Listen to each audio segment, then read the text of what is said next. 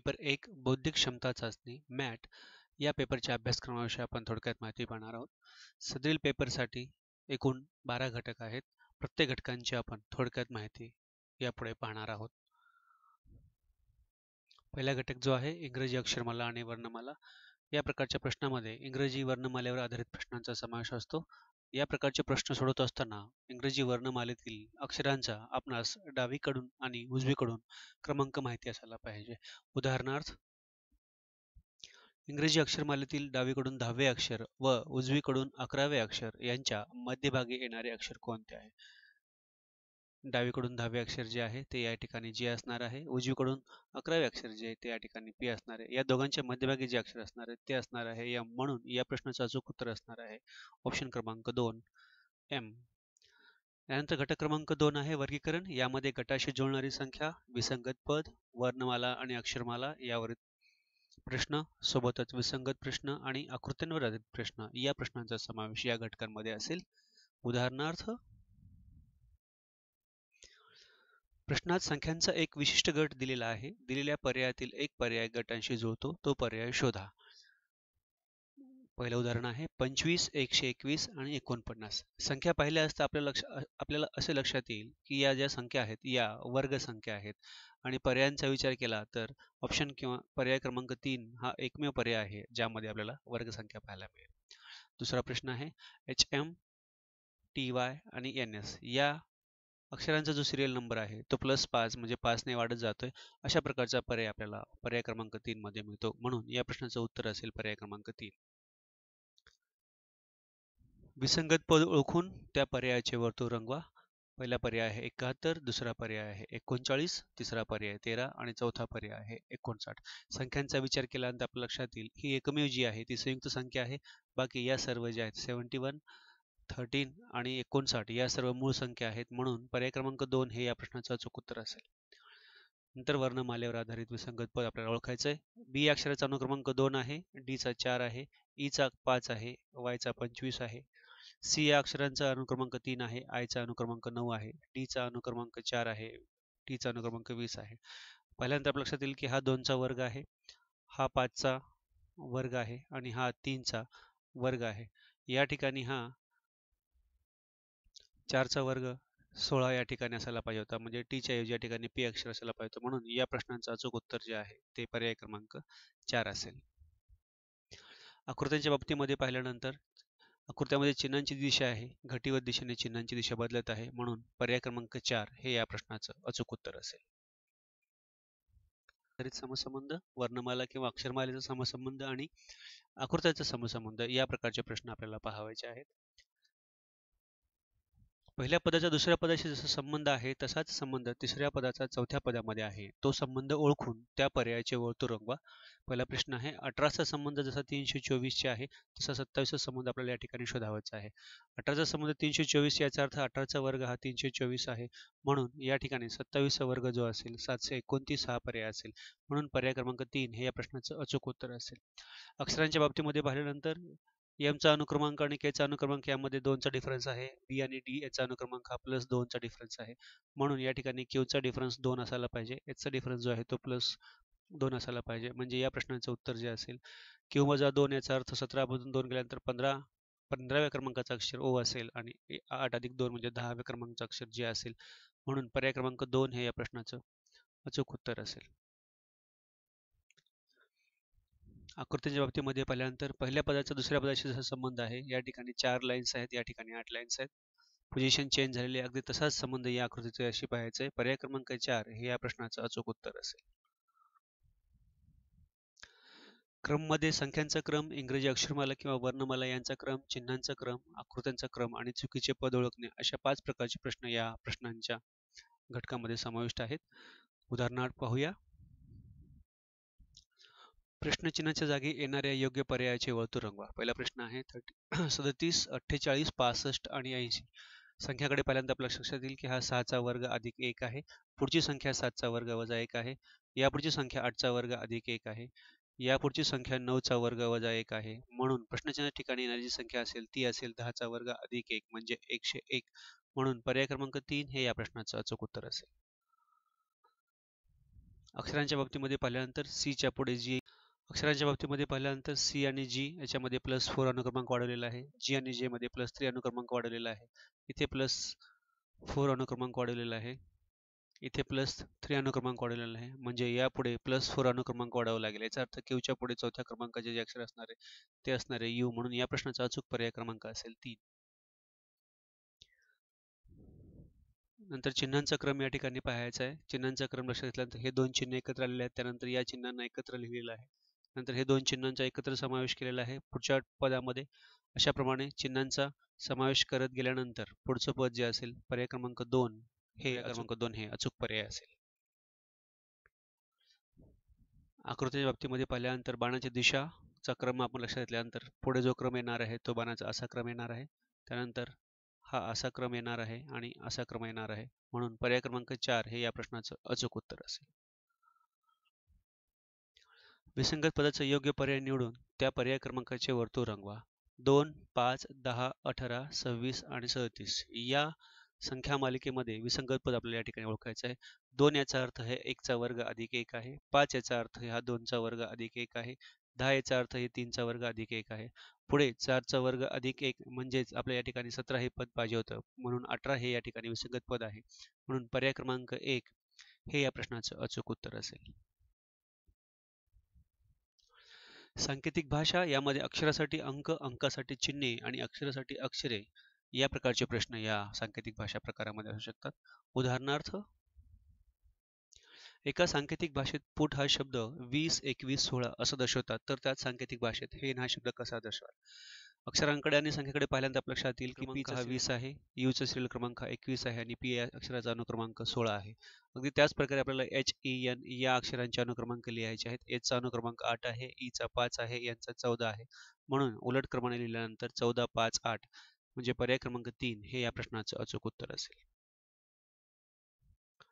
एका सांकेतिक भाषेत 60 चौकोन बरोबर 12 आणि 28 त्रिकोण बरोबर 26, तर या भाषेत 100 चौकोन चौकोन त्रिकोण बरोबर किती? याचा अर्थ चौकोन जे आहे याची व्हॅल्यू असेल भागिले 5 आणि त्रिकोण जे आहे याची सांकेतिक भाषेमध्ये किंमत असेल 2. म्हणून या ठिकाणी 100 भागिले 5 परत भागिले 5 आणि वजा 2 हे सोडल्यानंतर ही व्हॅल्यू असेल 20 भागिले 5 वजा 2 परत 20 भागिले 5 याचा अर्थ हे असेल 4 वजा 2 म्हणजेच 2 हे या प्रश्नाचं अचूक उत्तर असेल. एका सांकेतिक भाषेत टायगर हा शब्द VKIGT असा दर्शवतात, तर त्याच सांकेतिक भाषेत लॉयन हा शब्द कसा दर्शवाल? अक्षरांच्या बाबतीमध्ये लक्षात घेतल्यानंतर लक्षात येईल T आणि V याच्यामध्ये +2 केलेला आहे. I आणि K याच्यावरती विचार केला तर +2. याचा अर्थ प्रत्येक अक्षरांचा अनुक्रमांक हा +2 ने वाढत चाललेला आहे. म्हणजे L, I, O आणि N या सर्व अक्षरांचा आपल्याला अनुक्रमांक जो आहे 2 ने वाढून कोड लक्षात घ्यावा लागणार आहे. L चा अनुक्रमांक 12 आहे, म्हणजे 14व्या क्रमांकाचं अक्षर हे N असेल. I 9 आहे, 11व्या क्रमांकाचं अक्षर K असेल. O 15 आहे, 17व्या क्रमांकाचं अक्षर Q असेल. N 14 आहे आणि 16व्या क्रमांकाचं अक्षर P असेल. याचा अर्थ NKQP हे या प्रश्नाचं अचूक उत्तर असेल. लयबद्ध अक्षरांच्या लयबद्ध मांडणीचा अभ्यास करून रिकाम्या जागी अनुक्रमे कोणती अक्षरे येतील तो पर्याय निवडा. एकूण अक्षरांच्या बाबतीमध्ये पाहिलं तर या मांडणीमध्ये एकूण 25 अक्षरे आहेत आणि HIJKL हे 5 वेगळे अक्षर आहेत. म्हणून आपण या ठिकाणी प्रत्येक अक्षरांचे 5-5 अक्षरांचा एक गट करूयात, जेणेकरून अशा प्रकारचे प्रश्न सोडवताना आपल्याला सहज पद्धतीने सोपे सोडवता येईल. यामध्ये K हा अक्षर नाही मिसिंग आहे, या ठिकाणी H हे अक्षर मिसिंग आहे आणि या ठिकाणी L अक्षर मिसिंग आहे. याचा अर्थ क्रमाने येणारे जे अक्षर आहेत KHL ऑप्शन क्रमांक 1 हे या प्रश्नाचं अचूक उत्तर असेल. मनोरे या प्रकारच्या प्रश्नामध्ये संख्याची एक मनोऱ्याप्रमाणे रचना दिलेली असते आणि मनोऱ्यांतील संख्यांच्या स्थानावरून तुम्हाला प्रश्नांचे उत्तर शोधावयाचे असते. उदाहरण पाहूयात. 27, 16, 14, 7 या ठिकाणी आपल्या लक्षात येईल 27, 16 आहे, 14, 7 आहे, 17, 15 आहे, 8, 6 आहे, नंतर परत 14, 7 आहे, 5, 2 आहे. म्हणून या ठिकाणी येणारा पर्याय क्रमांक 8, 6, 3, 1 म्हणजे पर्याय क्रमांक 3 हे या प्रश्नाचं अचूक उत्तर असेल. यासोबत प्रतिबिंब यामध्ये जल प्रतिबिंब आणि आरशातील प्रतिबिंब या प्रकारचे प्रश्न असतात. उदाहरणार्थ मॅन या अक्षराची जलप्रतिमा कशी असेल या ठिकाणी विचारलेला आहे. पर्याय क्रमांक 2 हे या प्रश्नाचं अचूक उत्तर असेल. प्रश्न आकृतीमध्ये जी आकृती दिलेली आहे या आकृतीची आरशातील प्रतिमा जी आहे पर्याय क्रमांक 4 यामध्ये या प्रश्नाची आकृती क्रमांक 4 हे या प्रश्न आकृतीचं आरशातील प्रतिमा दर्शवते. यानंतर तर्क व अनुमान या घटकामध्ये वय, वेळ व घड्याळ, नातेसंबंध, माहितीवरून अनुमान काढणे या प्रकारच्या प्रश्नांचा समावेश असतो. वयावर आधारित प्रश्न आपण पाहूया. कमलच्या वडिलांचे वय हे कमलच्या वयाच्या 6 पट आहे. कमलच्या भावाचे वय कमलच्या वयाच्या निम्मे आहे. कमलच्या वडिलांचे व भावांच्या वयातील फरक 33 वर्ष आहे. तर कमलचे वय व तिच्या भावाचे वय यांची बेरीज किती असेल? समजा आपण कमलचे वय लक्षात घेऊ x वर्ष, कमलच्या वडिलांचे वय असेल 6x आणि कमलच्या भावाचं वय असेल x/2 x/2. भाऊ आणि वडील यांच्या वयातील फरक 33 वर्ष आहे. म्हणजेच 6x वजा x/2 बरोबर 33 असेल. म्हणजेच 12x वजा x बरोबर 66 वर्ष असेल. 11x बरोबर 66 वर्ष असेल. याचा अर्थ x बरोबर 6 असेल. म्हणजेच कमलचं वय जे आहे ते 6 वर्ष असेल आणि भावाचं वय जे असेल ते 3 वर्ष असेल. प्रश्न आपल्याला विचारला आहे कमल आणि भाऊ यांच्या वयाची बेरीज किती असेल? म्हणून या प्रश्नाचं अचूक उत्तर 9 हे असेल. दुसरा प्रश्न आहे 9:20 घड्याळाच्या मिनिट काटा व तास काट्यामध्ये किती अंश मापाचा कोन होतो? या ठिकाणी 9:20 दाखवलेलं घड्याळ आहे. या ठिकाणी आपल्याला हा कोन फाइंड आउट करायचा आहे. 2 अंकामध्ये 30 अंशाचा कोन होतो. या 2 अंकामध्ये 30 अंशाचा कोन असेल. या 2 अंकामध्ये 30 अंशाचा कोन असेल. या 2 अंकामध्ये 30 अंशाचा कोन असेल. या 2 अंकांमध्ये 30 अंशाचा कोन असेल. आणि 9:20 याचा अर्थ तास काटा आणि हा मिनिट 9च्या नंतर अंश पुढे गेलेला असेल. याचा अर्थ या सर्व कोणांची बेरीज केल्यानंतर 9:20 तास काटा आणि मिनिट काटा यांच्यामध्ये 160 अंशाचा कोन असेल. यावर आणखी बऱ्याच प्रकारचे प्रश्न असू शकतात. या प्रश्नांचा आपण सविस्तर अभ्यास यापुढे करणार आहोत. पुढचा प्रश्न जो आहे तो नातेसंबंधावरती आहे. विजयचा काका हा अजयचा मामा आहे. विजय हा विजय आहे. विजयचे जे काका आहेत विजयचे काका हे अजयचे मामा आहेत. याचा अर्थ अजयची जी आई असणार आहे ती यांची बहीण असणार आहे. सोबतच विजयचे वडील जे असणार आहेत यांची पण ही बहीण असणार आहे आणि विजयचे काका हे विजयच्या वडिलांचे भाऊ असणार आहेत. प्रश्न विचारलेला आहे अजय हा विजयचा कोण लागतो? अजयच्या बाबतीमध्ये विचारलेला आहे. म्हणजे अजय हा विजयचा आतेभाऊ असेल. म्हणून पर्याय क्रमांक 1 या प्रश्नाचं अचूक उत्तर असेल. यानंतर काही विधाने दिलेली आहेत. या विधानावरून आपल्याला अनुमान दिलेले आहेत आणि आपल्याला कुठले अनुमान बरोबर आहे ते या ठिकाणी शोधायचं आहे. पहिले विधान आहे काही डॉक्टर शिक्षक आहेत. डॉक्टर शिक्षक आहेत. हा डॉक्टर आहेत. यातला काही भाग जो आहे तो शिक्षकांचा आहे. दुसरे विधान आहे सर्व डॉक्टर्स हे विद्यार्थी आहेत. यावरून अनुमान लक्षात घ्यायचं आहे. सर्व विद्यार्थी शिक्षक आहेत. शिक्षक हे सर्व विद्यार्थी नाही आहेत म्हणून पहिले अनुमान हे चुकीचे आहे. अनुमान 2 काही शिक्षक विद्यार्थी आहेत. म्हणजे हा जो भाग आहे हा भाग आपल्याला या ठिकाणी दर्शवतो की हे काही विद्यार्थी जे आहेत काही शिक्षक हे विद्यार्थी आहेत. म्हणून पर्याय क्रमांक 2 हे या प्रश्नाचं अचूक उत्तर असेल. नंतर तर्क व अनुमान यामध्ये भाषिक तर्क, त्रिकोण व चौकोन मोजणे, घनाकृती ठोकळे किंवा संख्याच्या मांडणी सूत्र यावर पण आधारित काही प्रश्न असतात. पहिला प्रश्नांचा प्रकार पाहू आपण. शुभम व राजेश यांना व्हॉलीबॉल आवडत नाही. नीरज व साहिलला फुटबॉल आवडत नाही. राजेश आणि नीरजला बास्केटबॉल आवडत नाही. साहिल व शुभमला क्रिकेट आवडत नाही. तर बास्केटबॉल कोणाला आवडतो? या प्रश्नांची आपण अशा प्रकारे रचना करूयात. शुभम आणि राजेश यांना व्हॉलीबॉल आवडत नाही. शुभम आणि राजेश यांना व्हॉलीबॉल आवडत नाही. नंतर नीरज व साहिलला फुटबॉल आवडत नाही. नीरज आणि साहिल यांना फुटबॉल आवडत नाही. राजेश आणि नीरजला बास्केटबॉल आवडत नाही. राजेश आणि नीरज यांना बास्केटबॉल आवडत नाही. साहिल व शुभमला क्रिकेट आवडत नाही. शुभमला क्रिकेट आवडत नाही आणि साहिलला क्रिकेट आवडत नाही. याचा अर्थ या दोघांना क्रिकेट आवडेल, या दोघांना बास्केटबॉल आवडेल, या दोघांना फुटबॉल आवडेल आणि या दोघांना व्हॉलीबॉल आवडेल. प्रश्न विचारलाय बास्केटबॉल कोणाला आवडतो? बास्केटबॉलचा विचार केला तर शुभम आणि साहिल या दोघांना बास्केटबॉल आवडतो. म्हणून पर्याय क्रमांक 4 हे या प्रश्नाचं अचूक उत्तर असेल. नंतर पुढचा घटक आहे त्रिकोण व चौकोन मोजणे. या प्रकारच्या रचनेमध्ये त्रिकोण आणि चौकोन आपल्याला मोजावायचे आहेत. दिलेल्या आकृतीमध्ये चौकोनाचा विचार केला तर या ठिकाणी एकूण 9 चौकोन आहेत आणि चौरस जे आहेत ते एकूण 5 आहेत. अशा प्रकारचे प्रश्न त्रिकोण आणि चौकोन मोजणे या प्रकारामध्ये येऊ शकतात. नंतर पुढचा प्रश्नांचा प्रकार आहे घनाकृती ठोकळे. प्रश्न आहे 5च्या विरुद्ध पृष्ठभागावर कोणता अंक येईल? या ठिकाणी जर पाहिलं तर 2 आणि 6 कॉमन आहे. या ठिकाणी पण 2 आणि 6 कॉमन आहे. याचा अर्थ 3च्या विरुद्ध 5 असेल किंवा 5च्या विरुद्ध 3 असेल. म्हणून पर्याय अचूक उत्तर असेल. नंतर आहे संख्याच्या मांडणी सूत्र ओळखणे. प्रश्न विचारलेला आहे. प्रश्नचिन्हाच्या जागी काय योग्य पर्याय कोणता येईल तो निवडा. या ठिकाणी आपलं पाहिलं लक्षात येईल 14 × 5 अधिक 4 × 8 यांच्या दोघांची जी बेरीज आहे ती मध्यभागी येणारी संख्या आहे, याचा अर्थ हे 70 असेल आणि हे 32 असेल. अगदी त्याच प्रकारे 10 गुणिले 11 म्हणजे 110 असेल आणि 12 गुणिले प्रश्नचिन्ह बरोबर यांची बेरीज आली पाहिजे, तरच मधला अंक हा 154 येणार आहे. याचा अर्थ प्रश्नचिन्ह जे येणारा जो अंक असणार आहे तो 7 असणार आहे. म्हणून ऑप्शन क्रमांक 2 हे या प्रश्नाचं अचूक उत्तर असेल. नंतर कूटप्रश्न या प्रकारामध्ये रांगेतील स्थान, दिशा, दिनदर्शिका, वेन आकृती आणि गणिती कोडे या प्रश्नांचा समावेश असेल. उदाहरणार्थ, एका रांगेत राम हा डावीकडून 9व्या स्थानावर व उजवीकडून 25व्या स्थानावर आहे. रांगेच्या मध्यभागी राजेश उभा आहे, तर राजेशचा रांगेतील क्रमांक किती? राम हा डावीकडनं 9व्या स्थानावर आहे, उजवीकडनं 25व्या स्थानावर आहे. याचा अर्थ रांगेत एकूण 33 मुलं असतील आणि मध्यभागी जो आहे तो राजेश उभा आहे. याचा अर्थ 33 मुलांच्या मध्यभागी इकडे 16 मुले असतील, इकडे 16 मुले असतील, म्हणजे राजेशचा क्रमांक असणार आहे तो 17वा क्रमांक असणार आहे. म्हणून पर्याय क्रमांक 2 ह्या प्रश्नाचा अचूक उत्तर असेल.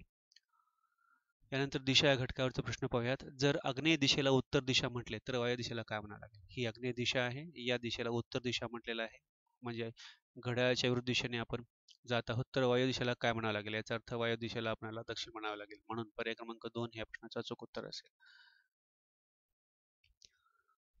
नंतर दिनदर्शिकेवरचा प्रश्न पाहूयात. 5 फेब्रुवारी 2016 रोजी बुधवार होता, तर त्याच वर्षातील जून महिन्याचा शेवट कोणत्या वाराने होईल? 2016 हे लीप वर्ष आहे, म्हणजे फेब्रुवारीचे शिल्लक दिवस जे असतील ते 24 असतील, एप्रिलचे दिवस 30 असतील, मेचे दिवस 31 असतील आणि जूनचे दिवस 30 असतील. एकूण दिवसांची बेरीज केल्यानंतर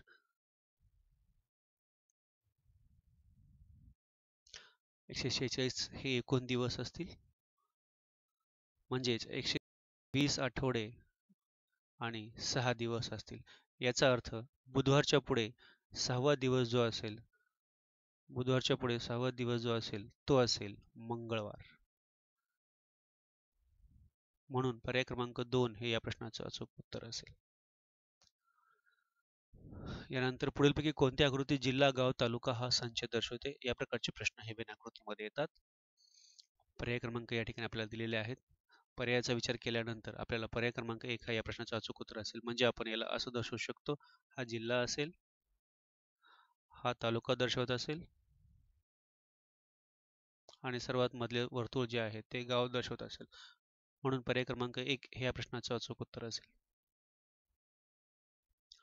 पुढचा जो घटक आहे तो आहे आकृतीचे पृथक्करण. यामध्ये चौरस आकृती पूर्ण करणे, घडीच्या आकृत्या आणि लपलेली आकृती शोधणे या प्रकारचे प्रश्न असतात. उदाहरण पाहूया.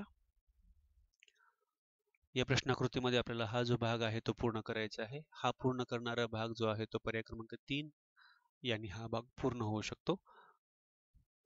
नंतर प्रश्नाकृती दिलेली आहे, यामध्ये या डॉटेड लाईनवरनं प्रश्नाकृतीला घडी घालायची आहे. घडी घातल्यानंतर कुठली आकृती तयार होते हा प्रश्न विचारलेला आहे. पर्याय क्रमांक 1 हे या प्रश्नाचे अचूक उत्तर असेल. नंतर प्रश्नाकृती जी आहे ती आपल्याला उत्तर आकृत्यामध्ये लपलेली शोधायची आहे. हा जो भाग आहे तो या ठिकाणी पर्याय क्रमांक 2 मध्ये आपल्याला पाहावयास मिळतो, जो या ठिकाणी असेल अशा प्रकारे